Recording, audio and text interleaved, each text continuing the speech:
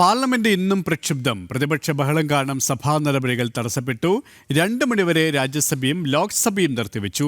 വർഷകാല സമ്മേളനത്തിന്റെ ആദ്യ 2 ദിവസങ്ങളിലും പ്രതിപക്ഷ ബഹളം കാരണം സഭാ നടപടികൾ തുടർച്ചയായി തടസ്സപ്പെട്ടിരുന്നു.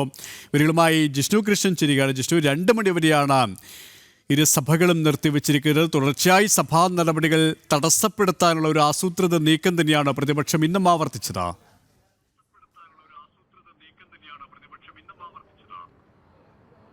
കെ പി വർഷകാല സമ്മേളനത്തിന്റെ ആദ്യ 2 ദിവസങ്ങൾക്ക് സമാനമായി ഇന്ന് 3ാമത്തെ ദിവസവും പാർലമെന്റിന്റെ നടപടികൾ തുടർച്ചയായി തടസ്സപ്പെടുത്തുന്ന പ്രതിപക്ഷത്തെയാണ് കാണാൻ സാധിച്ചത്. 11 മണിയോടുകൂടി രാജ്യസഭയും ലോക്സഭയും നടപടികൾ ആരംഭിച്ചെങ്കിലും മിനിറ്റുകൾക്കുള്ളിൽ തന്നെ പ്രതിപക്ഷ ബഹളം കാരണം സഭാ നടപടികൾ 12 മണിവരെ നിർത്തിവെക്കേണ്ടി വന്നു. പിന്നീട് 12 മണിക്ക് സഭാ നടപടികൾ ആരംഭിച്ചപ്പോഴും സമാനമായ സാഹചര്യമായിരുന്നു. പ്രതിപക്ഷം സഭയുടെ അധ്യക്ഷന്മാരുടെ ചെയറിനടുത്തേക്ക് എത്തിക്കൊണ്ട് മുദ്രാവാക്യം വിളിക്കുകയും പോസ്റ്ററുകൾ ഉയർത്തിക്കാട്ടുകയും സഭയുടെ നടപടികൾ മുൻപോട്ട് കൊണ്ടുപോകാൻ സാധിക്കാത്ത തരത്തിൽ മുദ്രാവാക്യം വിളിച്ചുകൊണ്ട് പ്രതിഷേധിക്കുകയുമാണ് ഉണ്ടായത്. ഇതേ തുടർന്ന് 2 മണിവരെ ഇപ്പോൾ രാജ്യസഭയും ലോക്സഭയും സഭാ നടപടികൾ നിർത്തിവെക്കുകയാണ് ഉണ്ടായത്. ആദ്യ ദിവസവും 2ാം ദിവസവും, അതായത് പാർലമെന്റ് സമ്മേളനത്തിൽ തിങ്കളാഴ്ചയും ചൊവ്വാഴ്ചയും സമാനമായി തന്നെ ഇത്തരത്തിൽ തുടർച്ചയായി സഭാ നടപടികൾ നിർത്തിവെച്ചിരുന്നു. പഹൽഗാം ഭീകരാക്രമണം, ഓപ്പറേഷൻ സിന്ദൂർ, ബീഹാർ വോട്ടർ പട്ടിക തുടങ്ങിയ വിഷയങ്ങളിൽ ചർച്ച വേണമെന്നാവശ്യപ്പെട്ടുകൊണ്ടായിരുന്നു കഴിഞ്ഞ 2 ദിവസങ്ങളിലും പ്രതിപക്ഷത്തിന്റെ ബഹളമുണ്ടായിരുന്നത്.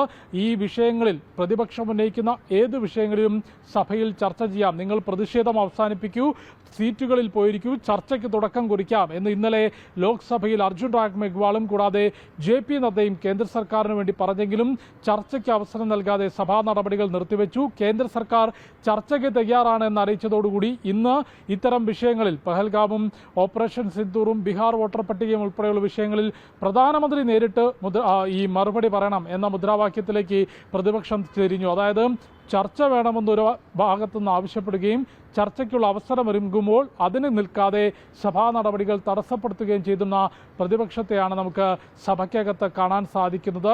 യാതൊരു തരത്തിലും വികസന ജനക്ഷേമ പദ്ധതികളുമായി ബന്ധപ്പെട്ടോ രാജ്യത്തിൻ്റെ മുൻപോട്ട് പോക്കുമായി ബന്ധപ്പെട്ടോ പ്രധാനപ്പെട്ട വിഷയങ്ങളിലോ ചർച്ചകൾക്കുള്ള അവസരം നൽകാതെ സഭാ നടപടികൾ തുടർച്ചയായി തടസ്സപ്പെടുത്തുകയാണ് പ്രതിപക്ഷം ചെയ്യുന്നത്. ഡൽഹിയിൽ നിന്നും ജിഷ്ണുവാണ് വിവരങ്ങൾ നൽകിയത്.